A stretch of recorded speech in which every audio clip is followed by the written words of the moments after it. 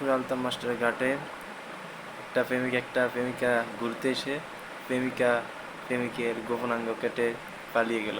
দেখেন ভাই। লক্ষ্মীপুরে প্রেমিকের বিশেষ অঙ্গ কেটে পালালেন প্রেমিকা। মাস্টারঘাটের কলাপাতা রেস্টুরেন্টে এই ঘটনা ঘটে।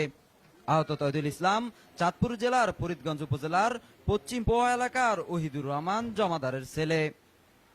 পুলিশ ওই শনিবার দুপুরে চাঁদপুরের ফরিদগঞ্জ এলাকা থেকে তারা দুজনেই সিএনজি করে রায়পুরের আলতাপ মাস্টারঘাট এলাকায় ঘুরতে আসেন।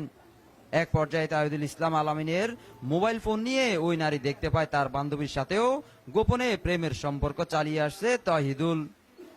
এ ঘটনার জের ধরে উভয়ের মধ্যে তর্কাতর্কি শুরু হয়। এক পর্যায়ে কৌশলে কলাপাতা রেস্টুরেন্টের ভিতরে তাহিদুল ইসলামের বিশেষ অঙ্গ কেটে পালিয়ে যায় ওই নারী। পরে স্থানীয়রা এটা কোনো কথা? বেটার ভবিষ্যৎটাই শেষ।